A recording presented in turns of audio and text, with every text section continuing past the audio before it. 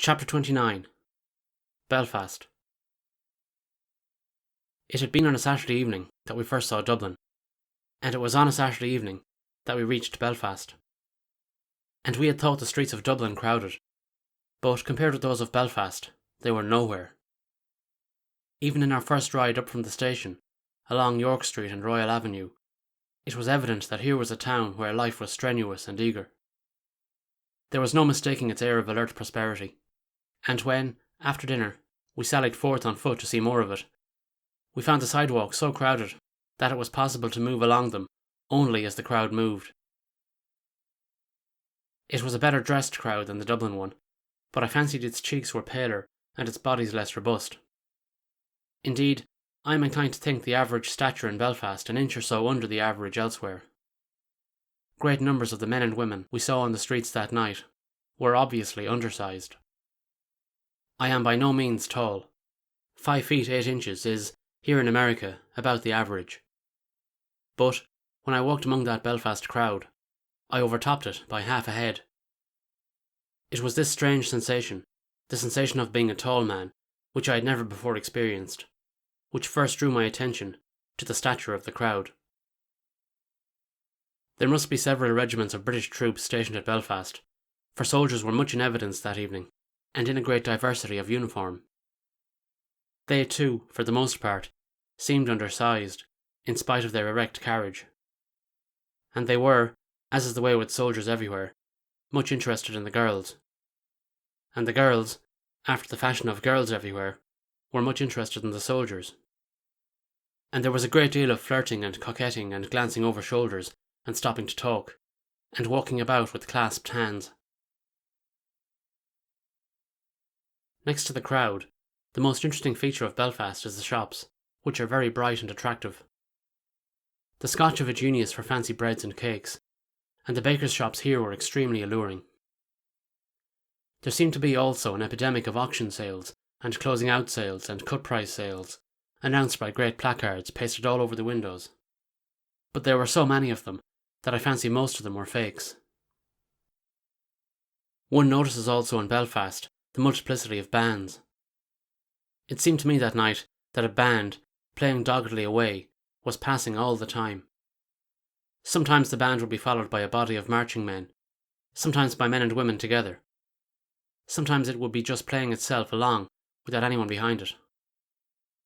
Nobody in the crowd paid much attention, not even when a big company of Boy Scouts marched past, looking very clever in their broad hats with the little chin straps, and grey flannel shirts and flapping short trousers showing their bare knees.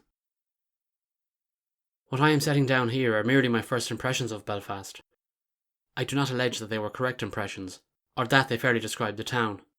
But, as we were fresh from many weeks in the south and west of Ireland, the sense of contrast we experienced that first evening is not without significance. We went back to the hotel finally, for we had had a strenuous day. But for long and long we could hear the bands passing in the street below. And then the martial rattle of drums and scream of fifes brought us to the window, and we saw a great crowd of children march past, with banners waving and tin buckets and shovels rattling. It was a Sunday school picnic, just back from the day at the seashore, and the air which the fifes and drums were playing with a vigour that made the windows rattle was, "Work, for the night is coming." I had never before realised what a splendid marching tune it is. I am sorry we did not go to church next morning, for the pulpits of Belfast were thundering against Home Rule, as we saw by the Monday papers. Instead, we walked down to the river for a look at the harbour and custom house, and then about the streets to the City Hall, with its dome and corner towers oddly reminiscent of St. Paul's Cathedral. And then we took a tram to the Botanical Gardens. The tram ran along a tree-embowered street, lined on either side with villas set in the midst of grounds so beautiful that any of them might have been the gardens. But, when we reached the end of the line, we found that we had come too far. The conductor was greatly chagrined that he had forgot to tell us where to get off, and sternly refused to accept any fare for the return trip. The gardens, which we finally reached, are very attractively laid out. But, far more interesting than the flowers and the shrubs, was the crowd which was coming home from church. There seems to be a church in every square in Belfast, and I judge they were all full that day, as they no doubt are every Sunday, for church-going is still fashionable in the British Isles. And the crowd which poured along the walks of the gardens was as well dressed and handsome as could be seen anywhere. It was a crowd made up of people evidently and consciously well-to-do, and one distinctive characteristic was a certain severity of aspect, a certain prevalence of that black-coated, side-whiskered, stern-lipped type, which was much more common in America 30 years ago than it is now. Our type has changed, has softened, and grown more urbane. But I should judge that the cold steel of Calvinism is as sharp and merciless as ever in Belfast. The men walked slowly along in twos and threes, talking over the sermons they had just listened to. And the sermons, judging from the newspapers, were all cast in the same mould. And that mould gives so clearly the Orange attitude toward Home Rule that I shall try to outline it here, quoting literally from the newspaper accounts. Home Rule, then, according to the Belfast preachers, is a papal-inspired movement, whose object is to thrust out of their birthright over 1 million enterprising, industrious, and peaceable citizens, whose only crime was their loyalty to Crown and Constitution, and to put them under that papal yoke from which their sires had purchased their liberty. Their beloved island home had never been more prosperous. They were grateful and they were satisfied. But their Roman Catholic fellow countrymen seemed to have no sense of satisfaction or gratitude. The Irish nationalists had entered into a movement to sacrifice Protestantism upon the altar of Home Rule.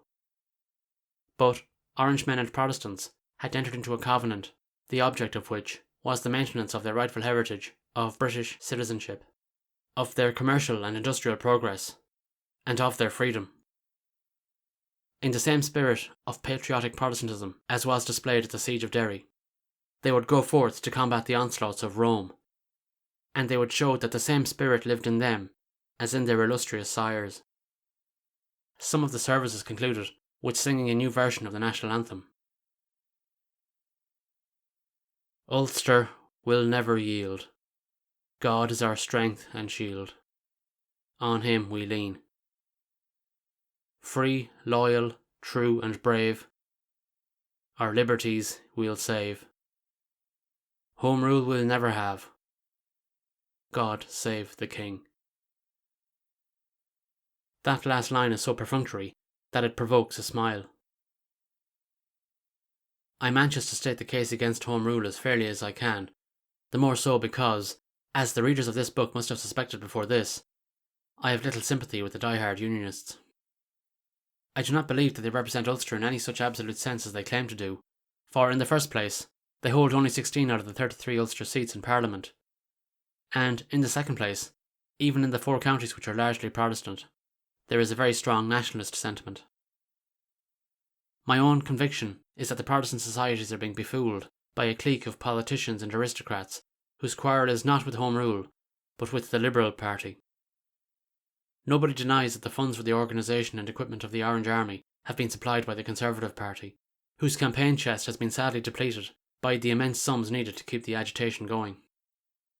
Certain leaders of that party have done their utmost to foment religious and racial hatred, not because of any religious convictions of their own, not because of any special sympathy for Ulster, but in the hope of overthrowing the government and stopping the march of social reform.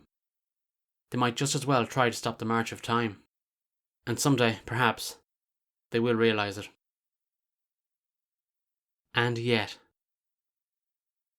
these fighting preachers, these uncompromising, wrong-headed, upright old Calvinists, are undoubtedly in earnest. The congregations which sat in grim-faced silence that day, listening to this oratory, were in earnest too.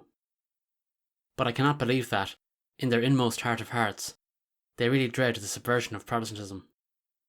What they dread is, in the first place, some diminution of their supremacy in Irish politics, and, in the second place, some diminution of their control of Irish industry.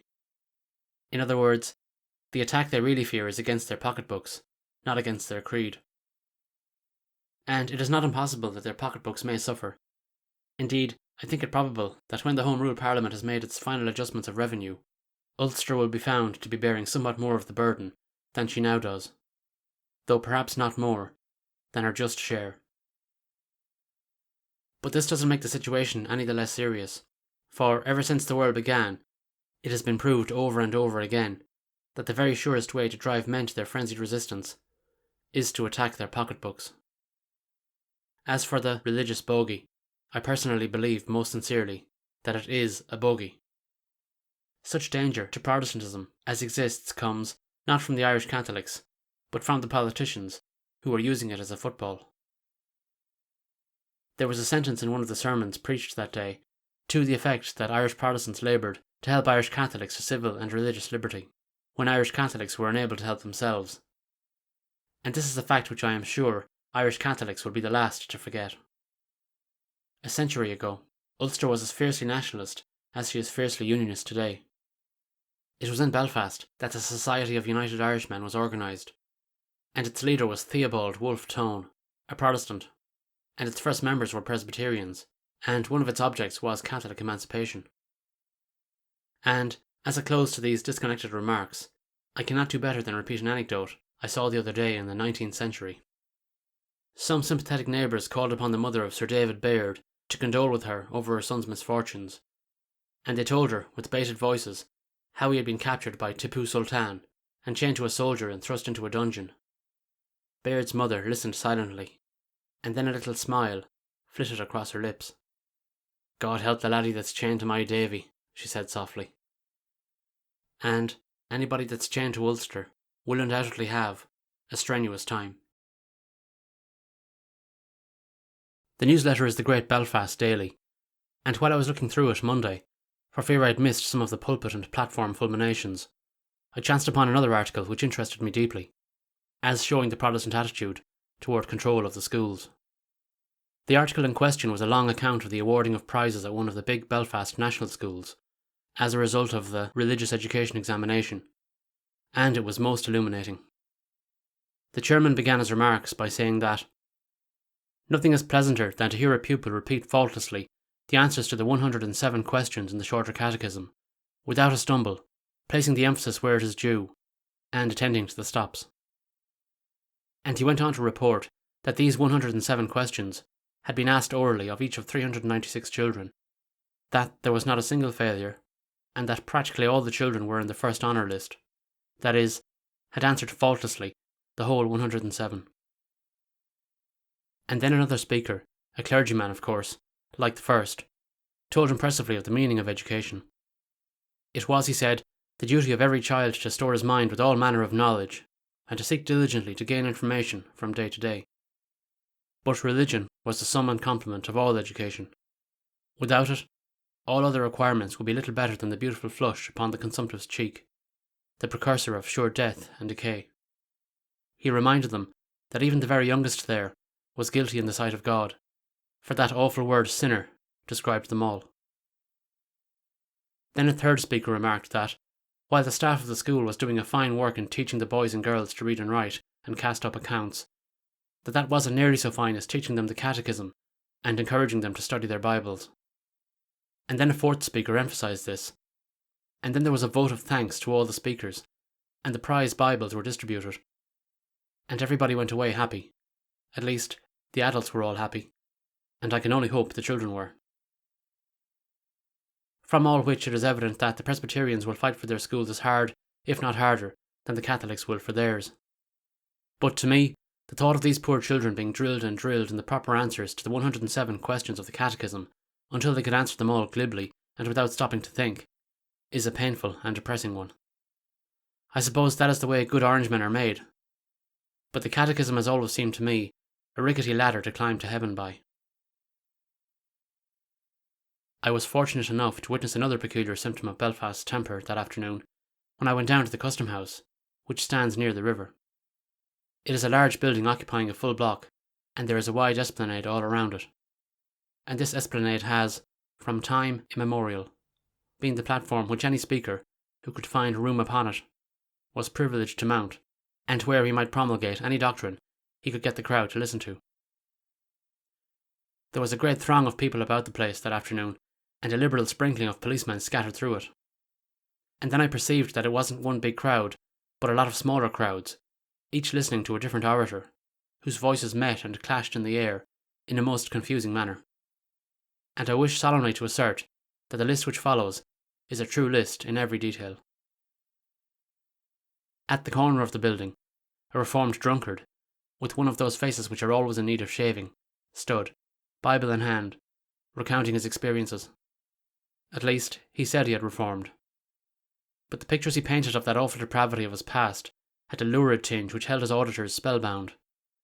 And it was evident from the way he smacked his lips over them that he was proud of having been such a devil of a fellow.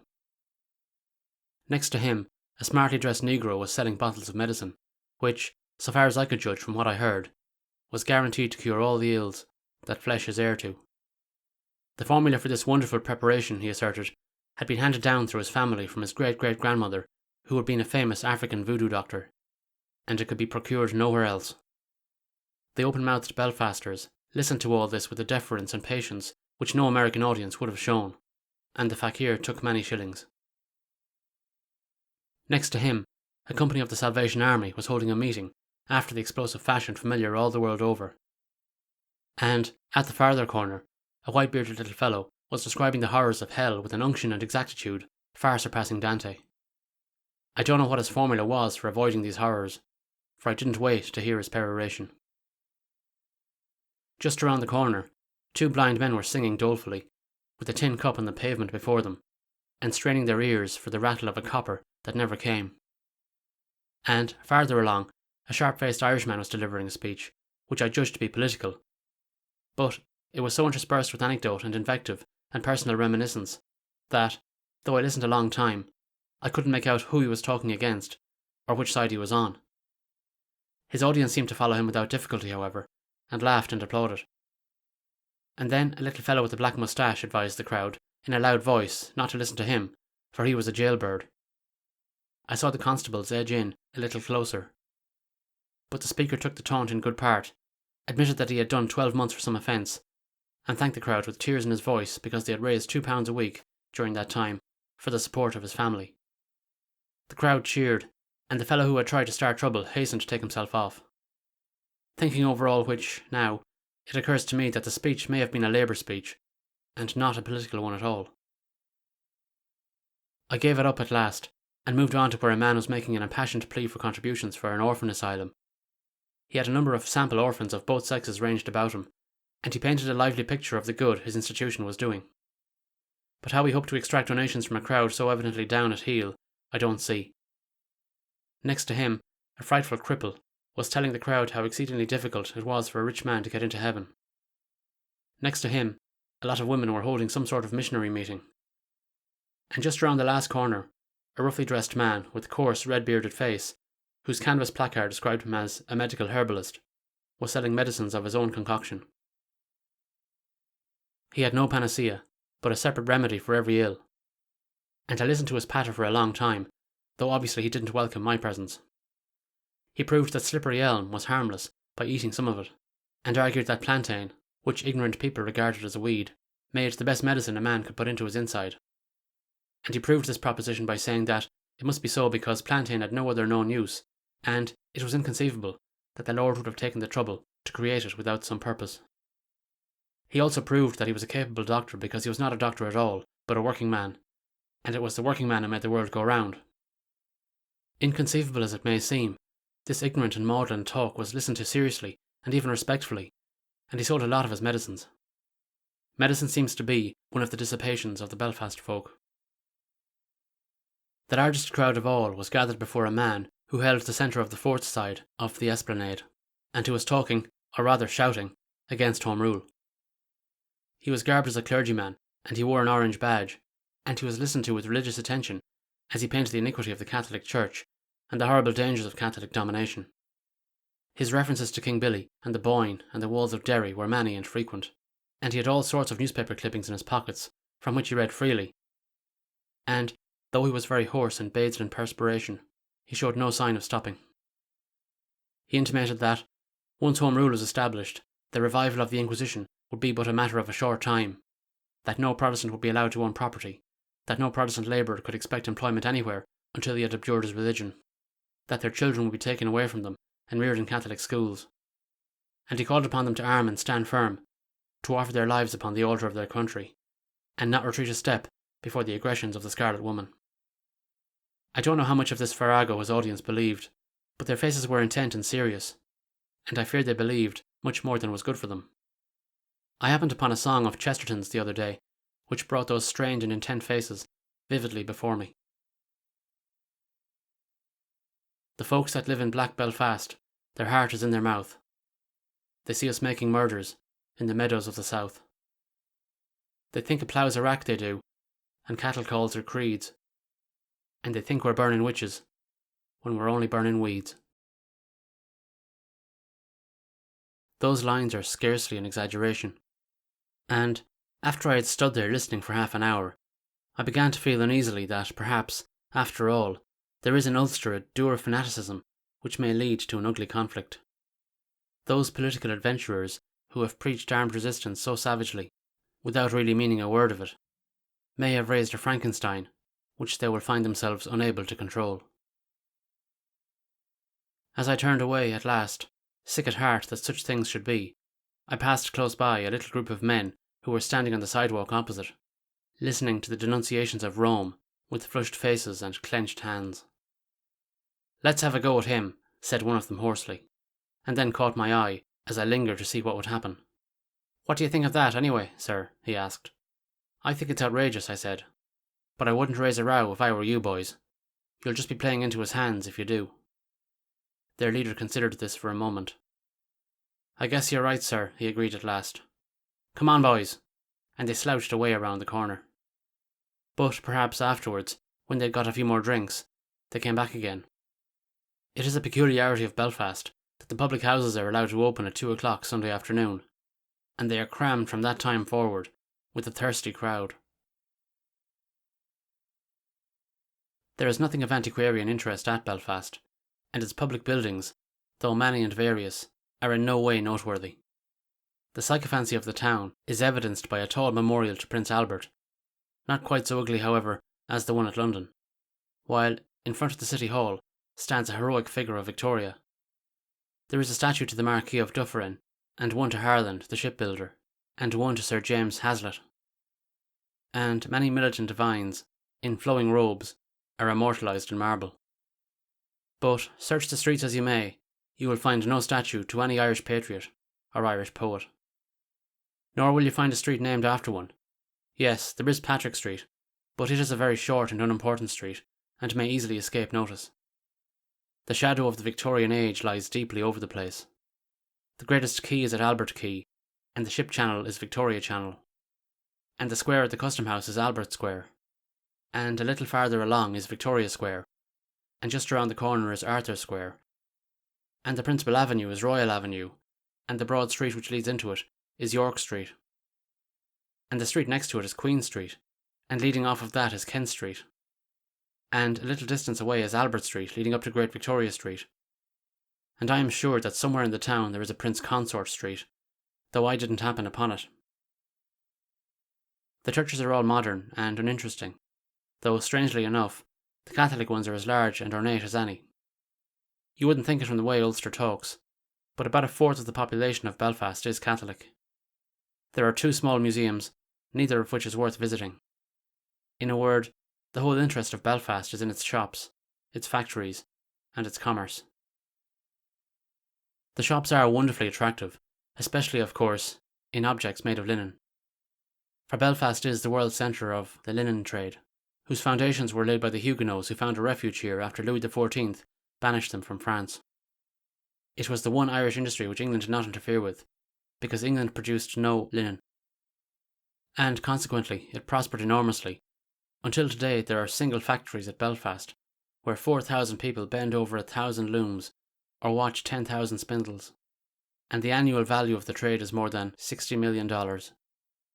There are great tobacco factories too, covering acres of ground, and the biggest rope walk in the world, and a distillery which covers 19 acres, but the list is interminable. The most interesting and spectacular of all these mighty industries will be found along the riverbanks, where the great shipbuilding yards are ranged, where such monsters as the Olympic and the fated Titanic were built and launched, and where the rattle and clangour of steel upon steel tells of the labour of 20,000 men. And surely, The clang and clatter of honest toil which rises from Belfast on weekdays must be more pleasing to the Almighty than the clang and clatter which rises from it on Sunday. I should think He would be especially disgusted with the noises which emanate from about the custom house.